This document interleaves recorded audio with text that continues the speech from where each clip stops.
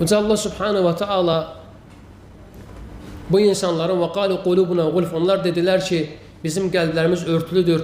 Qəlblərinin örtülü olmağına səbəb Uca Allah Subhanahu wa Ta'ala buyurur ki, onlar qəlbləri örtülü olaraq yaranmayıblar. Onların yaranılışı belə deyil. Onların qəlblərinin örtülmə səbəbi haqqı inkar etdikdən sonra, haqqı qəbul etmədikdən sonra Allah Subhanahu wa Ta'ala onların qəlbini bağladı. Onların qəlbini örtdü. Və ona görə də Uca Allah Subhanahu wa Ta'ala sanki onlar barəsində onlar üzr gətirməsinlər ki, biz yaradılış baxımından belə yaradılmışıq, qəlblərimiz qıfıllıdır. Allah Azze ve Celle onlara cavab olaraq buyurur ki, əksinə Allah Subhanahu wa Ta'ala onlara küfürlərinə görə lənət eləmişdir.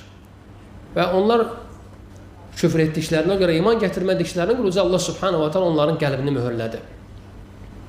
Ona görə də alimlər buyurur ki, ümumiyyətlə insanın qəlbi həqiqətən də əgər mühürlənərsə, o insan Allahın müvəffəqiyyətindən, Allahın lütfündən uzaq olar.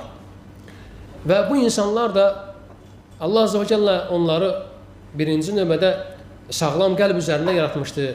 Hansı ki, insanın fitrəti sağlam olur, təmiz olur, lakin onun atası, anası ya onu dinini dəyişir, ya onu yahudiləşdirir, ya məcusiləşdirir.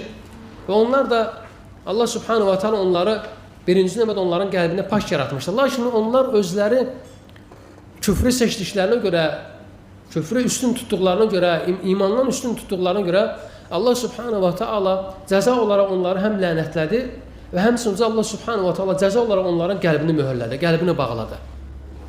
Ona görə də heç bir insanın qəlbi möhürlü yaradılmayıb, heç bir insanın qəlbi qapalı deyil, aydındır. Lakin sonradan o qəlblər bağlanır, sonradan o qəlblər korlanır. Lakin insan yaradıldığı zaman isə o qəlb sağlam olur, pak olur. Artıq insan iman gətirməyəndə cəza olaraq Allah Subhanahu wa Ta'ala onun qəlbini beləcə bağlayır. Və sonra isə növbəti xəstə qəlblərin növbəti vəsiflərindən örtük çəkilmiş qəlblər.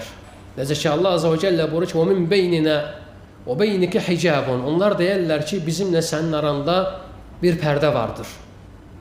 Və həmsə Allah Azze ve Celle Qur'an-ı Kərimdə barəsində buyurur ki, وَإِذَا قَرَأْتَ الْقُرْآنَ جَعَلْنَا بَيْنَكَ وَبَيْنَ الَّذِينَ لَا يُؤْمِنُونَ بِالْآخِرَةِ حِجَابًا مَسْتُورًا Uca Allah Subhanahu wa Ta'ala buyurur ki, sən deyir, Quran oxuduğun zaman həqiqətən də səninlə axirətə inanmayanlar arasında görünməz bir pərdə çəkərik. Hansı ki, bu pərdə onlara mane olar Quranı başa düşməkdən, Quranı tədəbbür etməkdən və həmçinin Qurana iman gətirməkdən.